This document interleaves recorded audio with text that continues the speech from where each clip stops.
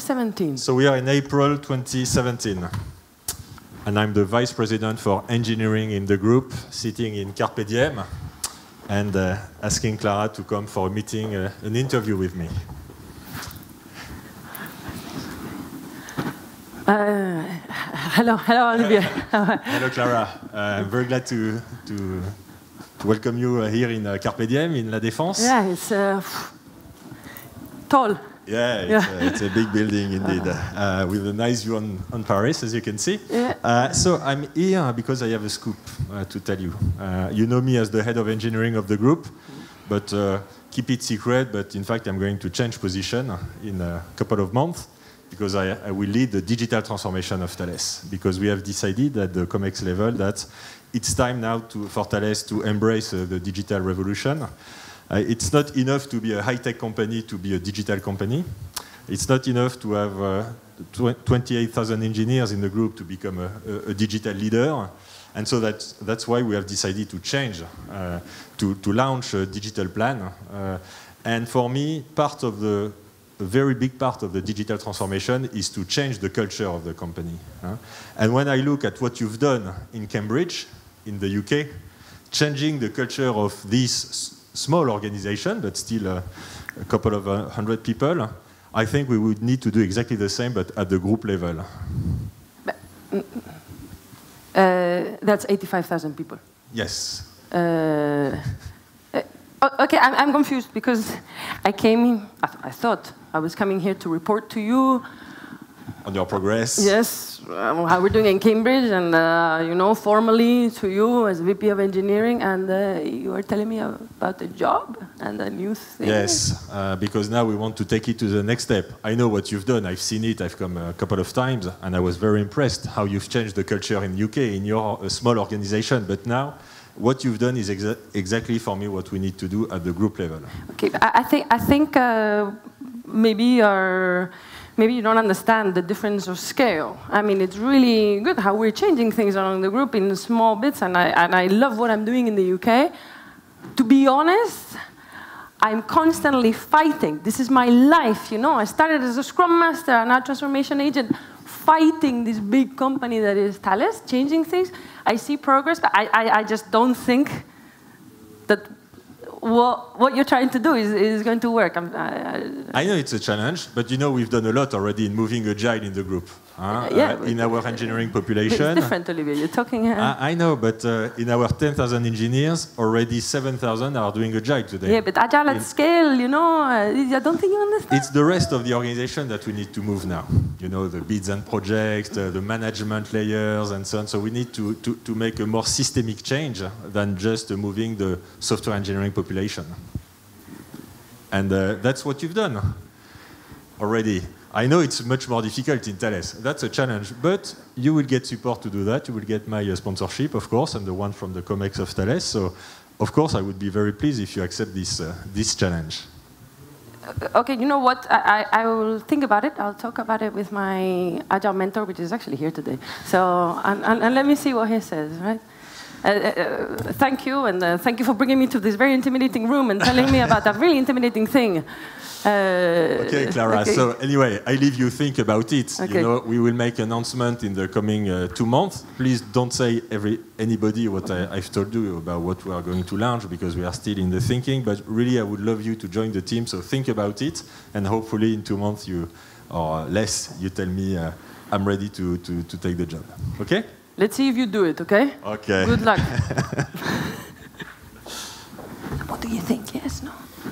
Yes. Second episode, we are in July 2017, and so it's a webcast to all Thales employees.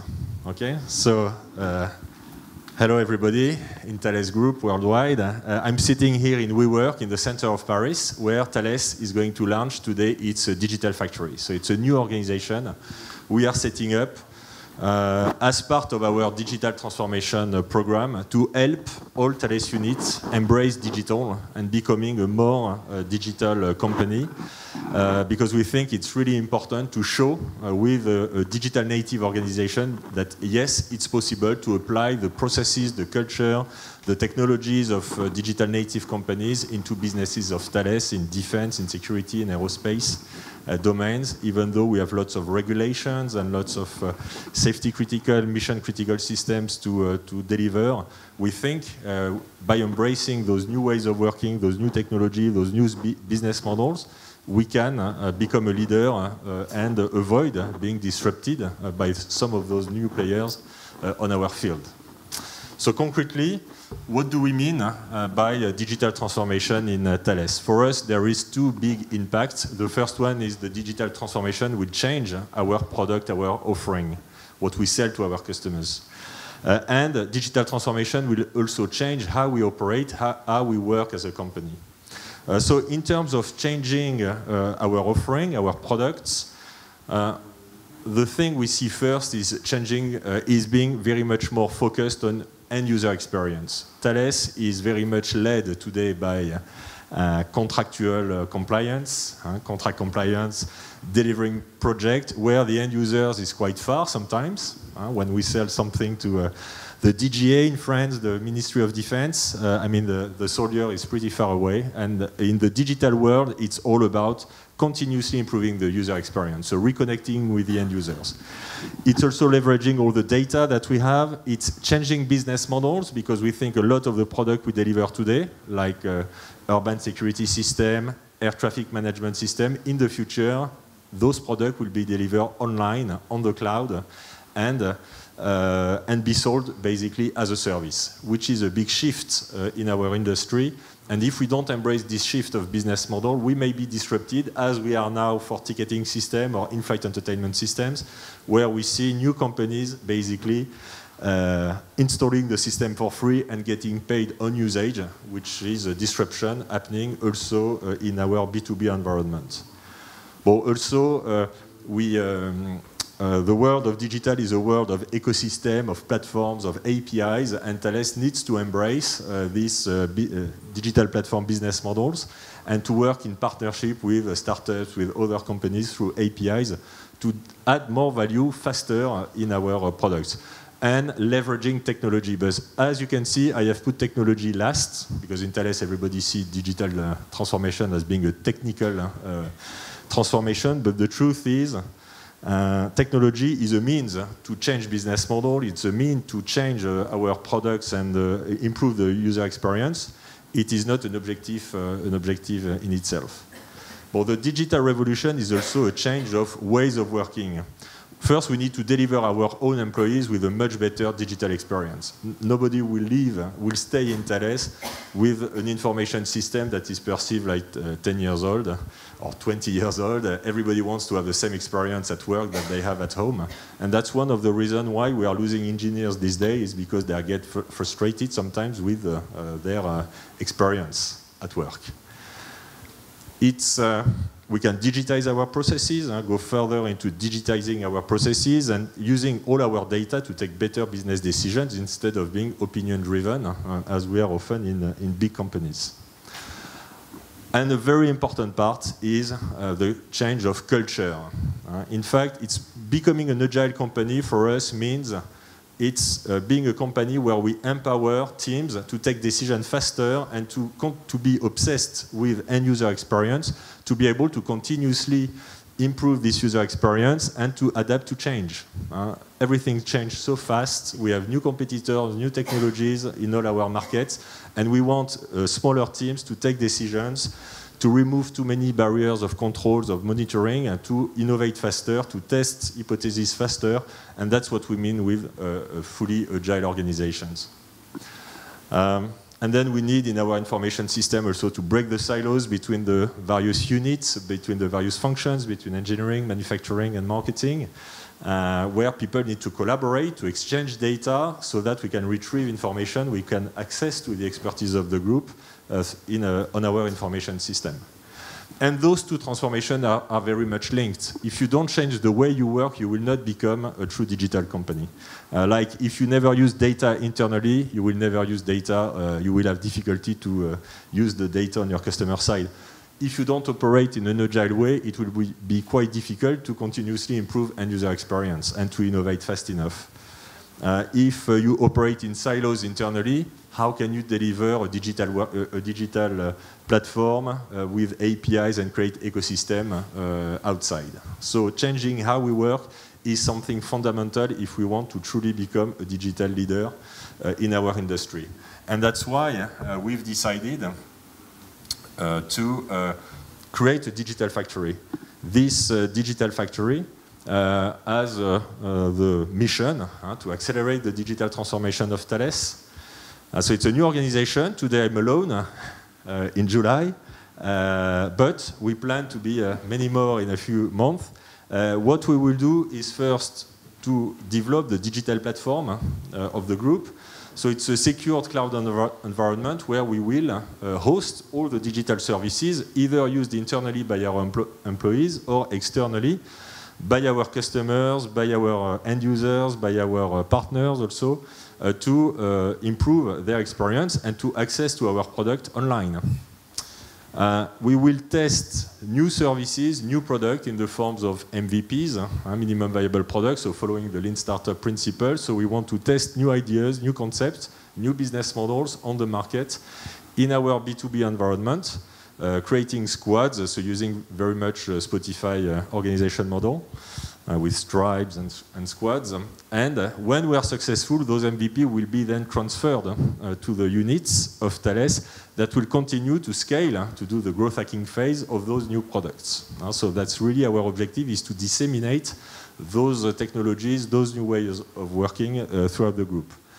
Also, we are creating startup incubators in various countries to learn to work with the startup ecosystems, using their technologies into our solutions.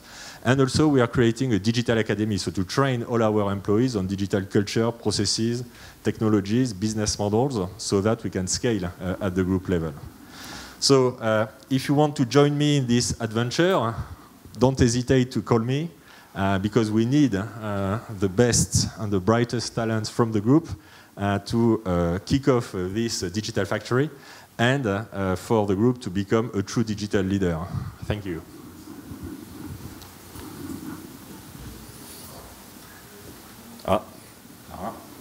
Hello, Clara? Hello, Olivier. Hi. Yeah, how are you? Good, good, thanks. Have you seen the webcast? Yes. Okay. I'm interested. Good. I'm glad. I saw you had a slide, you went quickly, but is that yes. the second work stream about digital culture? Is that the one you've given me? So we have 7 work streams that we are going to set up to lead our digital transformation. The first one is on user experience, and the second one, as a symbol, it's digital culture and processes. To say we need to move our digital culture and processes, so exactly what I told you 2 months ago. So the question is, do you want to lead this one? I'm still looking for the right person, and I still believe you are the right person to do that. Okay, so one thing, I really like that this is across the group. But 2, the formality, can we change some things? Can I wear my informal but very cool shoes? Yes, you can wear your glitter shoes, okay. No problem. Nice one. Good. So hello everyone, you are the super leaders of Thales. There's 1,500 of you. It's okay. But I'm here to tell you about very, very important things. You know, we are now in March 2018. We are really disrupting the group by having our wonderful digital factory. So the first thing I'm going to do, because I know a lot of you haven't seen it yet, is give you a video, which starts. The Digital Factory is a catalyst that will drive and speed up Thales' digital transformation. We're based in WeWork in Paris, and it's just the vibrant startup ecosystem we need. Here we develop highly innovative products based on key digital technologies, such as artificial intelligence, big data, cybersecurity, and IoT. And we're also a startup incubator, So if you've got a great idea, here's a place to make it happen. But the Digital Factory is also bringing cultural change to the rest of Thales. And it's doing that because here we implement a more competitive, collaborative, digitized and open way of working. I just joined the Digital Factory as a user experience designer and I instantly liked the way of working here. I ran through a very short and unusual recruitment process. Besides my technical skills, I had to feed the 3 key values: hungry, humble and aware. Anyone at Thales who has an innovative concept with business value and identified users can come to us. We develop products as MVPs, minimum viable products, which are all hosted here at the factory's platform. We work in Agile mode with teams gathering up to 10 people with various skills. We do continuous testing with our users, and even after the project has been transferred back to its initial business line, we keep on supporting it to help it grow. Team spirit is key here. Actually, when recruiting a new member, the squad has the final say. And then we put the new member on board on an onboarding process with the coaches. Every team here works along the same line, with a lean organization far from complex hierarchy. We make decisions based upon data rather than opinion. We care about Thales customers, but with a user-centric approach.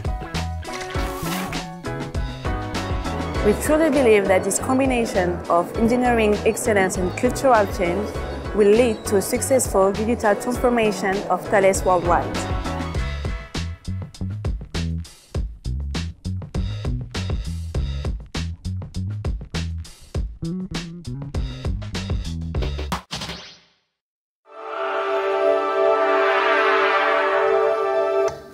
So what did you think about that? That's really cool. This is part of us, hey? It says Digital Factory, but it's Thales. And of course, you can find it on YouTube. So you see how we're changing our image to the external world. Now, I want to tell you something, because as leaders of Thales, you will be thinking about how you want to change and how we have based the Digital Factory. We have some wonderful sources of inspiration, like Frédéric Laloux's book, which we love. And if you don't know about it, just a quick show of hands of how many people know this book in the room? Yeah, yes. Good leaders of Thales that know the book. Nice one. So for those of you who don't know this book, it really talks about how humans, how we have organized ourselves throughout history. Throughout our history, going through the tribal model where we have a leader that is really strong, but is also quite, that his power, is normally a he, is always being challenged. So it has to be ruthless. And then we start moving towards having the pyramid, and we have like amber and orange organizations. Before we were red. We bring stability, we bring innovation, we bring meritocracy, but there's still something missing. And it's now when we start trying to change towards green, and that sense of purpose, something that there's much more, something beyond monetary objectives. And this is more like the concept of a family. Here's where we're talking about empowerment. But so long as we keep talking about empowerment, it means somebody has power and somebody is giving it to someone else. Beyond green organizations, we have Teal, which is a wonderful color. And it means that now there's no more hierarchy, and it's based on a living organism. Flat, with everyone being able to, as part of the organization, to sense something, sense attention, and do something about it. And the cool thing about this book is that it gives you frameworks. It told us, okay, how, if we're going to be a flat organization and a Teal organization, how are we going to have our HR policies? How are we going to recruit? How are we going to set objectives? Deal with conflict? Who's going to make decisions? Because if there's no boss, how is that going to work? This book really helps with that. And then we really like the ideal team player, because that told us about, as you've just seen in the video, the values of hungry, humble, and aware, and is how we can recruit people. Of course, the Lean Startup is going to tell us how we do our business, and the fact that we do MVPs, and then we stop or start and scale or shut it down. But it's always the scientific model, always testing a hypothesis, getting data, seeing if it works, and reacting very quickly to the market. And we have wonderful companies to inspire us. And of course, you know that Spotify has been inspiring me since I was back in the UK. 4 years ago. So we know that companies, and we can't, even SpaceX is doing this stuff. So I know a lot of you are thinking, hey, we do space, we're not like Spotify. SpaceX is a flat organization. So we learned a lot from them, and then we start thinking about what are we going to do. The key thing is that we created the Digital Culture Manifesto. I want you all to understand that this is the manifesto for you. You can say that the values are not relevant to your organization. Fine, but this manifesto, we've created it based on the values of Agile. Of course, when we talk about Agile, we always have this barrier that immediately you will think is just for software. So beyond thinking of Agile just for software, we've created the manifesto that brings everyone on board. So if you're the CTO, the VP of engineering, or someone in procurement, this applies to you. And how it works is we say that empowerment is more important than control. So your collective intelligence of your people is more important than you and just your own brain, and you controlling everyone. You're going to be much stronger if you have the collective intelligence of your people. It also says that data is more important than opinions. We all understand biases now, our human biases, and of course it's important to think that in Thales we really value experts. We're an engineering company, we value expertise. But these experts have to be backed by data. It's not just opinion. Test and learn of a plan, this is classic Agile, but it's what always we miss, is that concept of continuous improvement. Always trying. Yes, we have a plan, but we want to test and learn. Collaboration over protection, we're a big, big company. We have a lot of silos, millions of silos everywhere because of the scale that we are. And that's why also it's human nature to always, you want to belong to your tribe. So you want to overcome that human nature, and I know we do defense, but that's the whole point, is collaboration over protection. Even if we do a very secret algorithm, we're not saying that you have to talk about the algorithm to everyone. That's the point of being a defense company. But collaboration is what's enabling us to innovate better. Users over customers is very hard for us, okay? Because we normally have, not the DGA. So the DGA is our customer, they're the ones who pay us. But our end user is the soldier. They're completely different. Something that we create for the DGA might not be what the soldier wants. We can create a wonderful, super amazing, robust radio for the soldier. But as a classic soldier who is about 20-year-old male, he's going to use WhatsApp and not that radio in combat. Now, we have wonderful stories of how Thales radios have saved people's lives in Afghanistan. And we love that, of course. This is part of our heritage. But also, we have to have something in between. We can't just be the super robust thing. We can be that, but also the user-friendly thing that the end user likes using, not just the last resort. And failure over not trying, again, when we're talking at safety-critical systems, I know this hurts you. We don't want to talk about failure. We don't want to talk about putting humans in danger. But what we're saying is that failure is much more important than not trying. And failure is the concept of not giving up. We can have shorter iterations to fail safely as well, to find the solution to a problem. Now, that's why I said that this is for all of you. This is going to be for the whole of Thales. This is how we're going to change Thales. Now, specifically at the Digital Factory, I'm going to tell you about our advanced practices. Now, we recruit for mindset over knowledge. So you can be the best data scientist in the world, and we love you, and you're like gold dust. But if you're not hungry, humble, and aware, we will not recruit you. If you do not pass the culture test, the culture interview, we do not recruit you, no matter how advanced that your knowledge that you are. So what it means is hungry is you have that hunger for excellence, that like striving for, it's like that excellence outreach. You want to do better, you want to know more, you want to, but you want to do it without just complaining. You're not the classic person who goes, oh, this is crap, oh, I wish somebody changed it. No, you go and you change it. Humble, of course, you go and you change it. You have that strive for excellence, but you are comfortable being part of a team. You're comfortable being assessed as a team. You're comfortable sharing your knowledge with the team. So it's not, you're comfortable letting go of your ego. And you do so by being aware. So in an emotionally intelligent way, that you don't hurt others. So these are our values, and this is how we work. So of course in engineering we're based around squads. This is the classic thing everyone knows now. But I must say that our squads really do deliver a shippable product at the end of their sprint. So after 2-week sprints, they are shipping a shippable product onto the platform. This is a key thing that we're not doing in other parts of Thales. Normally we can work in Agile. We put Agile in a bubble within the V cycle.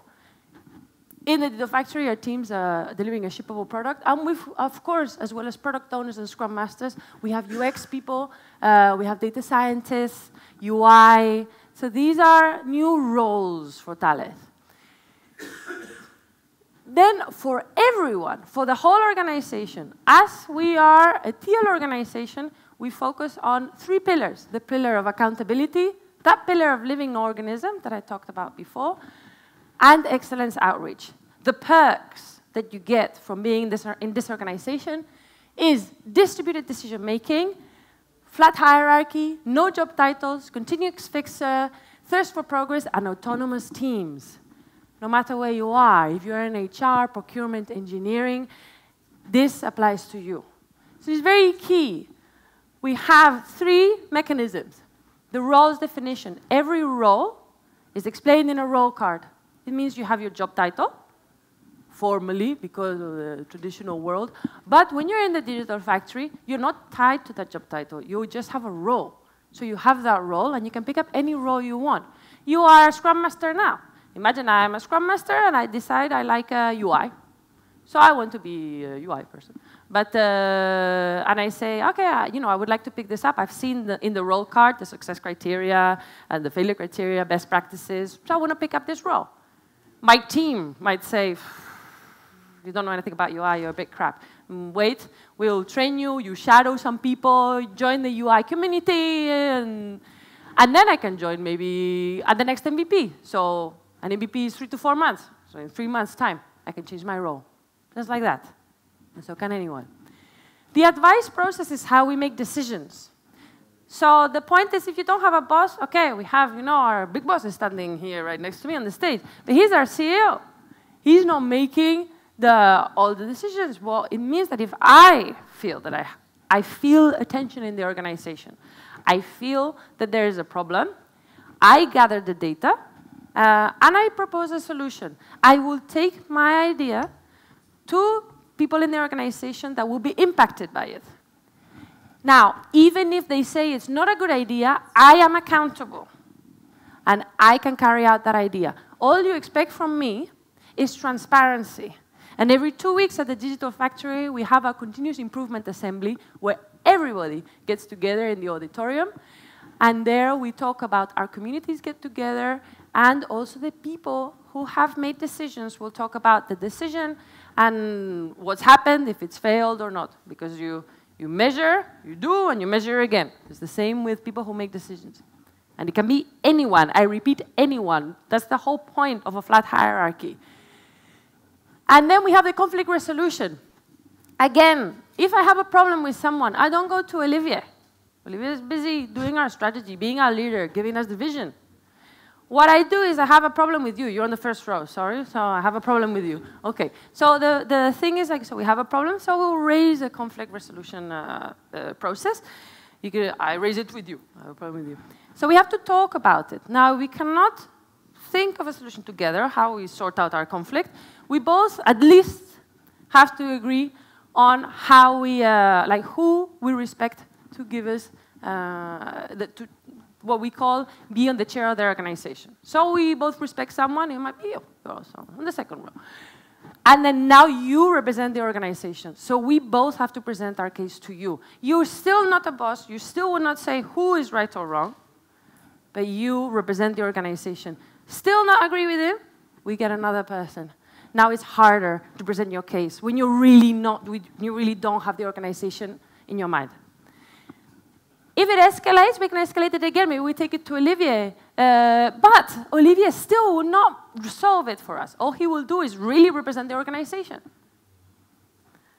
And of course, the key thing, and I know all of you are thinking this cannot be implemented in my organization in Thales, but this can. The behavior rules can. In the factory, we're very strict. We don't spread rumors, we don't blame problems on others, and we don't reject or mock people. This is very key. If you do it once.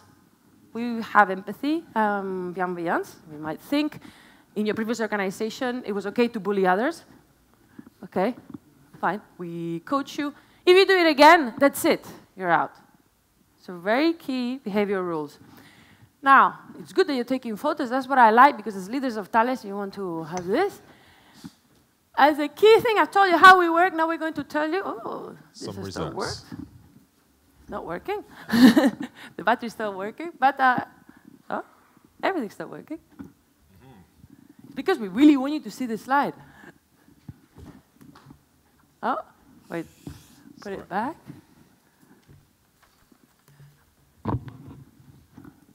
There we go. Yeah. So you may think this cannot work in the type of Thales businesses in which we operate, but here you have some example of products that we have developed in a few months, in less than 4 months for all those products that are today in operation, used by real users, and following exactly the mechanism and the organization principle we've shown. So you say example of applications that are used today in operation by the French Navy for maritime surveillance. You have application on smart city, which is used in a big city in the Middle East. This application was developed in 6 weeks, and the customer was totally amazed that we could develop something with machine learning, predicting traffic jams and things like this in 6 weeks with a team of 8 people. Partage is an application that is used today by more than 30 airlines in the world to manage their stocks for their repair parts. Smart Airports is used by different airports to manage the flow of passengers in airports and to optimize the cost of operations of airports. And Horizon is, we have already more than 300 customers using this application, which is a drone planification platform online. All those applications are hosted on the cloud, secured by us. And it shows that, yes, in 4 months, we can develop MVPs that already have a value for end customers in businesses where usually Thales took years to develop applications. So, of course, we are not doing an air traffic management system in 4 months.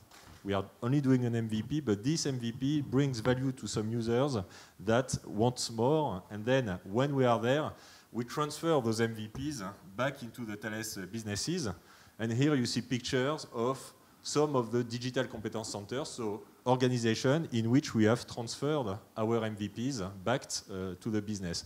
And those teams, they continue working exactly the same way as was presented by Clara. So it's a way also to disseminate this culture and to have this digital competence center spread around the group, really to embrace those new ways of working.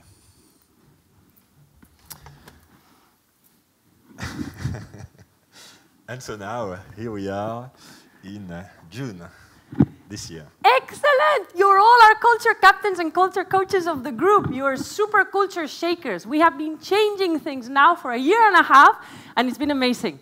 Really, really amazing. So let's talk about it. So remember, our mission is to bring the manifesto to everyone in Thales. Remember that whoever and anyone can do it.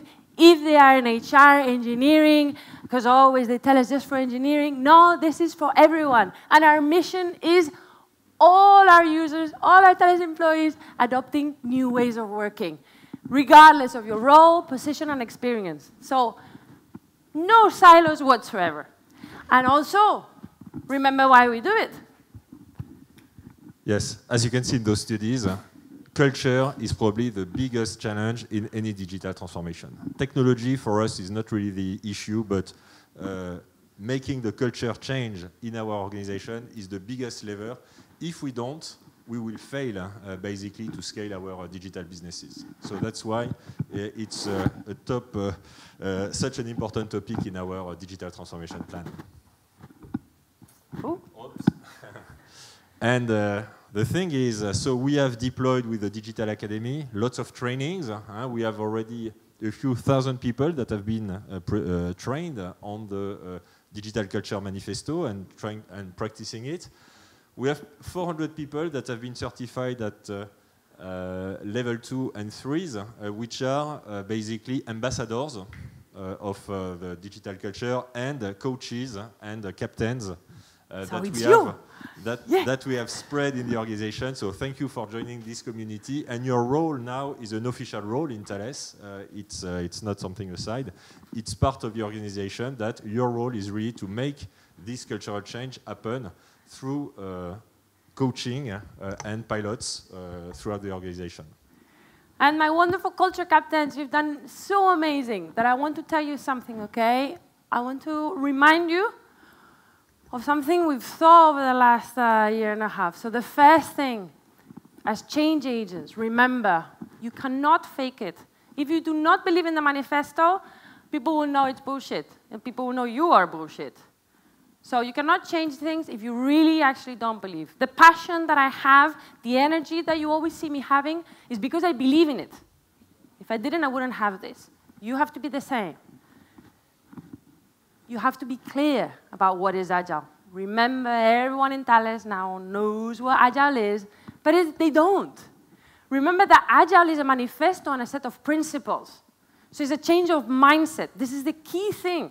So no matter what everyone believes, maybe they think that Agile is Scrum, or Agile is having a product owner. That's not what it is. Agile is about principles and a manifesto. It's mindset. So, of course, when we change mindset, when we're changing people, remember we have the satire curve. We have the performance dip.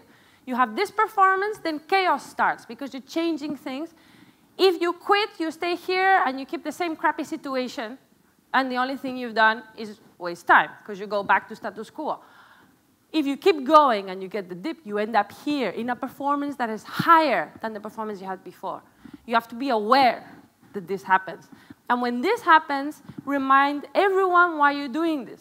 Because maybe in the project you're changing, people are not delivering, or people are leaving, or you just have too many defects. Whatever your why is, it's super important during the performance dip. I also have to remind you to be fearless. This is how we do things as change agents. We have to change things. Only the fearless can be great. If you don't change things, we will not change Thales.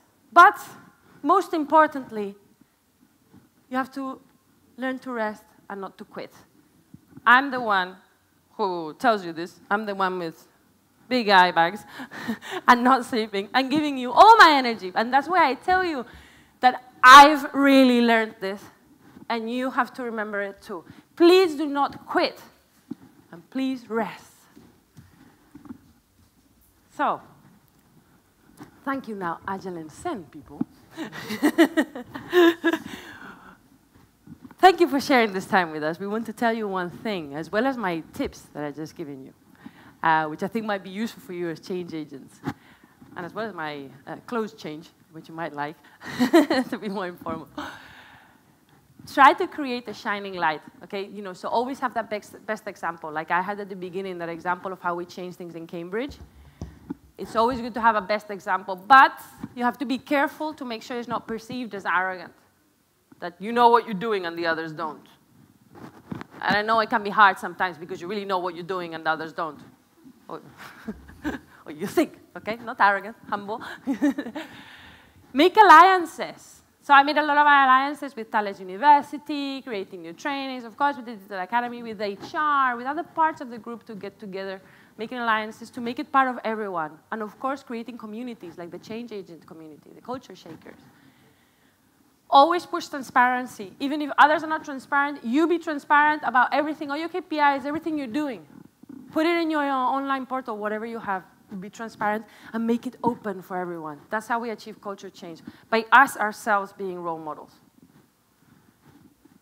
And so we want to say thank you and tell you that it was all true. Thank you.